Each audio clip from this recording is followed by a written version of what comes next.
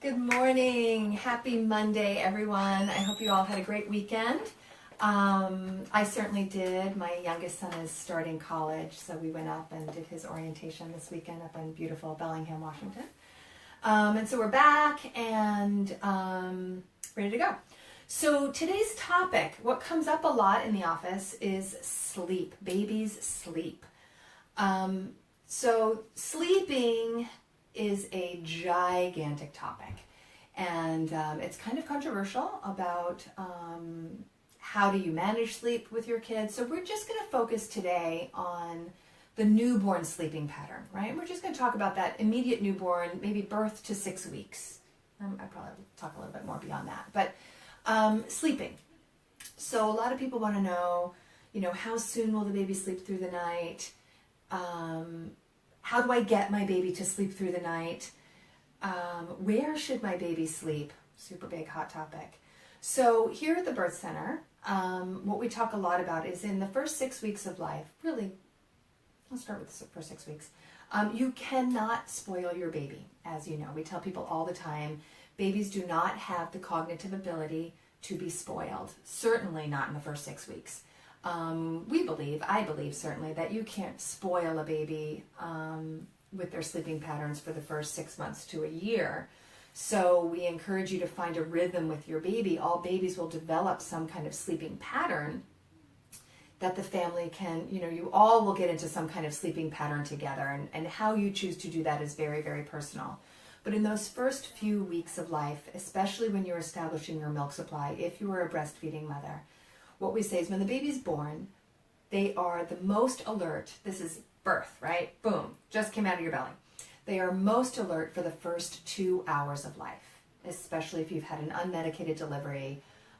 They are just wide-eyed, and they're really curious, and they really are just wired to connect to you. So that baby is very, very much awake in the first 2 hours of life. And at that point here at the birth center, we do not disrupt that skin-to-skin. So baby's skin to skin with mom. We're not doing any procedures. We're monitoring the baby to make sure the baby's transitioning, but then, skin to skin. And then between the 2 hour mark, for about 4 hours or so, that baby will go into a deep sleep cycle. And that's the point where we do the newborn exam here. But then we also want to either get you home or tuck you into bed if you are already at home, and give you guys some time, because your baby most likely will go into a nice long deep sleep for about a 4 hour mark. And we say don't wake the baby at that time. Most likely you've already breastfed, which happened in the first 2 hours. Then this baby will go through a 4 hour sleep pattern, usually. And then we say wake your baby. Set an alarm. Yes, you want to wake this baby every 2 hours during the day and every 3 hours at night. And you want to do that because we want to offer the breast that frequently. Because in those first few weeks of life, your body is trying to figure out, one, to make milk, right? You don't have milk as soon as the baby's born, you have colostrum. So we need to stimulate the breast in order for the body to go, oh, there's a baby and I need to make this milk. Fire up the factory. So you wake the baby every 2 hours during the day and every 3 hours at night. And you do that. Our recommendation is that you do that until your baby regains its birth weight. And most newborns will regain their birth weight, certainly by 2 weeks of age. Once the baby's back to its birth weight, we then say, don't wake the baby at night anymore, but wake the baby during the day. Your baby knows how many calories it needs to get if it's successfully breastfeeding in order to thrive. So we say, wake this baby during the day so you can help this baby get onto its day and night cycle, right? Because as you know, if you're currently pregnant, most of the time you feel most of your fetal movement at night after you eat dinner, and then you lay down to go to bed, and then boom, your baby wakes up, right? And while you're working or busy during the day, when you're walking around and your baby's in utero, your baby is sleeping. So then, oh my goodness, now your baby's out of your body, and they still have that same sleep-wake cycle. So as soon as you lay that baby down and everyone gets quiet, the baby wakes up. So you have to kind of retrain this baby into day and night, into a normal circadian sleep cycle. So we say, wake your baby during the day. Every 2 hours, wake this baby. Take off their clothes, sit them up, burp them, rub them, if anybody has already had a baby with me, you've seen me sometimes kind of vigorously waking these babies up, because you need to kind of, move them around a little bit and get them alert so that they can go to the breast every 2 hours during the day, get those calories in, and then hopefully they'll give you a little bit of a stretch at night, maybe a 3-hour stretch or so. What's important also, one thing I tell my families when we go and do the home visit, the second and or third night of your baby's life, it can be brutal. And they are awake, generally speaking, from 10 p.m. to 4 a.m. They are not hungry. And that's where there's a lot of pitfalls that happen right then. So I'm backing up a little bit. So your baby's been born, you've gotten through the first 24 hours, you feel like, okay, you got maybe a little bit of a nap in. Now we're going into day 2, and it's that 10 p.m. to 4 a.m.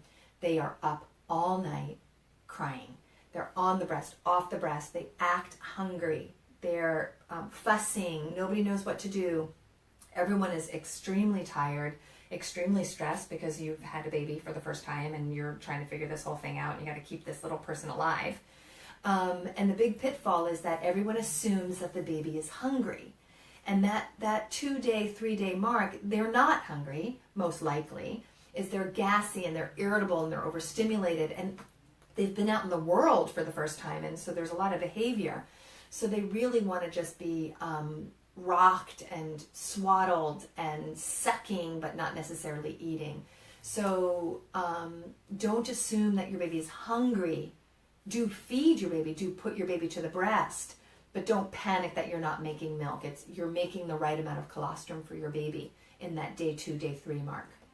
But it is a very frustrating and kind of anxiety-provoking time. So now we're past the day 2, day 3. Now we're at 1 week, and your baby is regaining its birth weight, and it's thriving, it's going to the breast, it's peeing and pooping, and that's all going well. But your baby will continue to wake up every 1.5 to 3 hours. That's normal newborn behavior. We do not expect a baby to sleep through the night till, goodness, months old.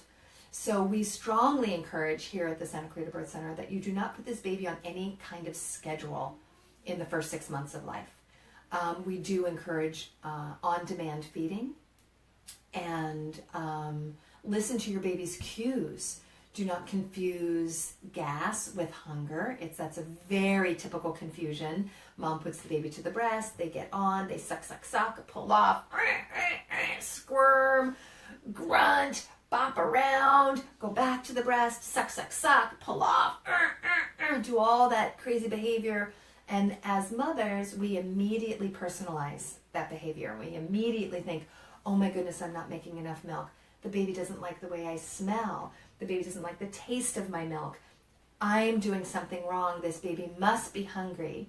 And your family members, which all are most likely equally concerned, you might be a little bit more concerned than your family members, but everybody's pretty equally concerned about this baby, and everybody wants this baby to be comfortable, because it makes people very uncomfortable when they see a baby crying. Everyone assumes that the baby is hungry, right, when they're doing that behavior. And so then they say, oh my gosh, you're not making enough milk. How do you know if you're making enough milk? Your baby would sleep better if they were getting more milk. So then we interfere by giving this baby a bottle, and lo and behold, you give this baby, this baby, 8-pound baby sucks down 2 ounces of formula or express breast milk, and then they zonk out because they actually took in more milk than they needed at that point, and they sleep better. And so the mother goes, oh my gosh, I'm not making enough milk. That's why my baby's not sleeping. And then we continue to give that baby a bottle, and then that baby continues to be fussy at the breast. And now we've created this cycle of fussiness at the breast. Initially it was probably gas, maybe overtired. We introduce a bottle, this baby gets overfed, and the milk comes out so easily. Then the baby goes to the breast again the next time, and it's like, hey, wait a minute, the last time I nursed, the milk came out really fast. And so then there's this cycle of confusion and misinterpretation of behavior. So we really are talking about 2 things here. We're talking about sleeping, and we're also talking about on-demand breastfeeding and how the 2 of them go together. So what we want you to understand that babies do not sleep through the night. Most likely, even though your mother told you that you slept through the night and all your aunties said that their baby slept through the night. I would beg to differ, even though I know that that's how most people remember. Most people remember the story of you sleeping through the night. From as soon as you got home from the hospital, you slept through the night. And so we hear these stories and we get really confused. But most likely, most newborn babies, they need to be fed every hour and a half to 3 hours. That is normal newborn behavior.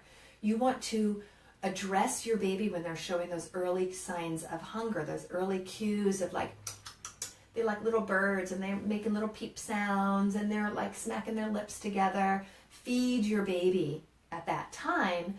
Crying is a late sign of hunger, which will also impede how they sleep because now they're overstimulated, they've been crying, they're not sleeping well. The other thing about sleep that goes along for the first 12 weeks of life is we call it the fourth trimester. There's a great video out there. I'm a super fan of Happiest Baby on the Block.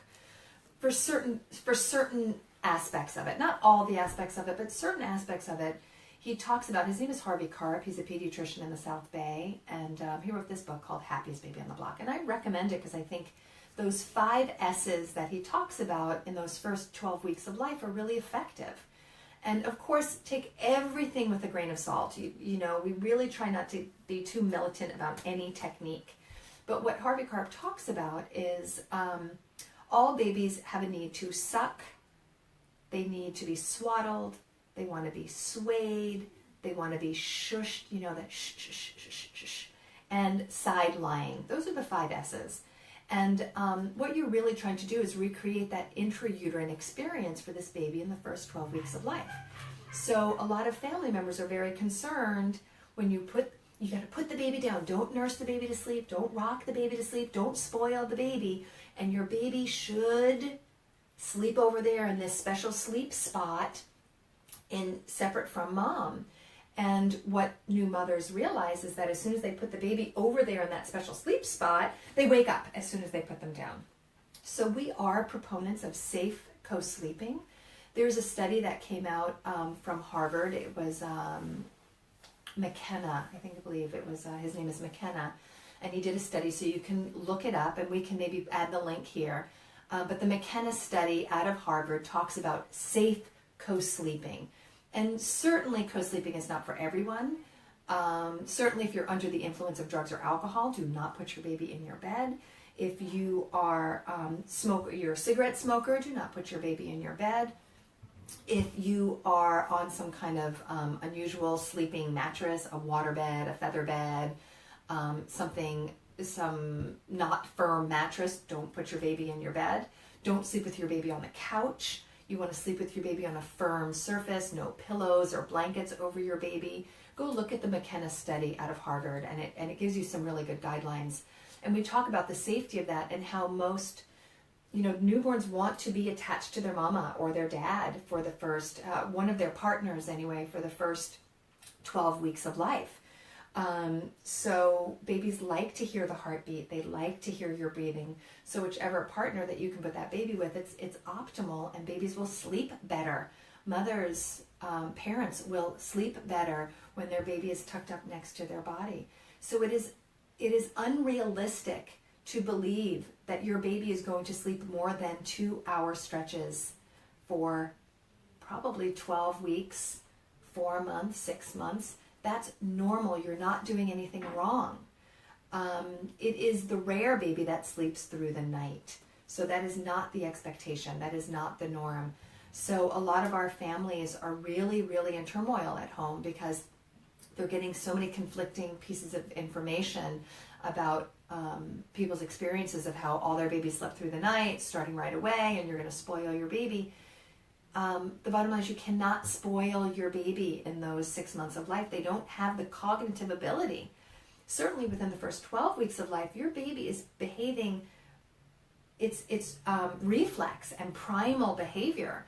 And you want to meet your baby's needs and teach and show positive attachment and that their needs are being met. When they cry, you want to meet those babies' needs. Your baby wants to hear your heartbeat. So we encourage that you keep your baby close to you. You feed them through the night. You let go of expectations that your baby's going to sleep through the night. And we believe that once you let go of that expectation and you realize, oh, okay, this is normal behavior, then there's less stress around all of that, and you get better sleep intermittently. And just acknowledge, you're going to have disrupted sleep. That is parenthood. That is what it's about. You're not going to sleep 8 hours a night for a really, really, really long time. And that's okay, and that's normal behavior. And I guess my big takeaway from today is having realistic expectations, because when we have those realistic expectations, our stress levels go down and we're a little bit kinder to ourselves versus, oh my gosh, my baby should be doing these things. My baby's not doing these things. I'm doing something wrong. I need to find the right answer somewhere out there. And then we're really stressed out. So sleep with your babies safely. Your baby should be eating every 1.5 to 3 hours, 24 hours a day. That is normal behavior. You cannot spoil a newborn baby, so we encourage you to respond to their needs right away. You can't hold a baby too long. You can't rock your baby too much. Babies should not be crying it out in these first weeks of life. That is not healthy for them. So we want you to respond to your baby. We want you to also listen intuitively what feels right to you as the primary caregiver. What feels right? Does it feel right for you to hear your baby cry? If it feels right to you, maybe it is right. We do have some family members that they need to put their baby in a different sleep space, and that's appropriate for them, right? So you only know what's right for you and your family. For me, whatever's right for me doesn't mean it's right for you. I co-slept with my kids for a really long time. I breastfed for a really long time. That worked for me. Likewise, I have friends that have beautifully raised children that are super awesome, and they couldn't sleep with their baby, and that's okay because that was their personal choice. They knew what worked for them as a family. I hope that makes sense. Everyone gets to choose what's right for them as a family, but I don't want you to do something because it was right for me. What I did with my kids was right for me, and what you do with your kids is right for you, and you need to find that balance. And we want healthy families. We want healthy babies. Ideally, we want these babies successfully breastfeeding for exclusively for the first 6 months of life. The American Academy of Pediatrics recommends breastfeeding until the age of 1. The World Health Organization recommends breastfeeding at least until the age of 2. And all of this breastfeeding and sleeping, they go together. So when babies do have sleep regressions, and you'll have this baby that was been sleeping great, and suddenly they're about to master some skill. They're about to roll over, they're about to crawl, they're about to pull up, and then suddenly, before they master that thing, they stop sleeping. And they're in this state of disequilibrium where they're waking up every hour because their little brains are working so hard and they're processing so much stuff that they can't sleep. And then all of a sudden, boom, they're rolling over.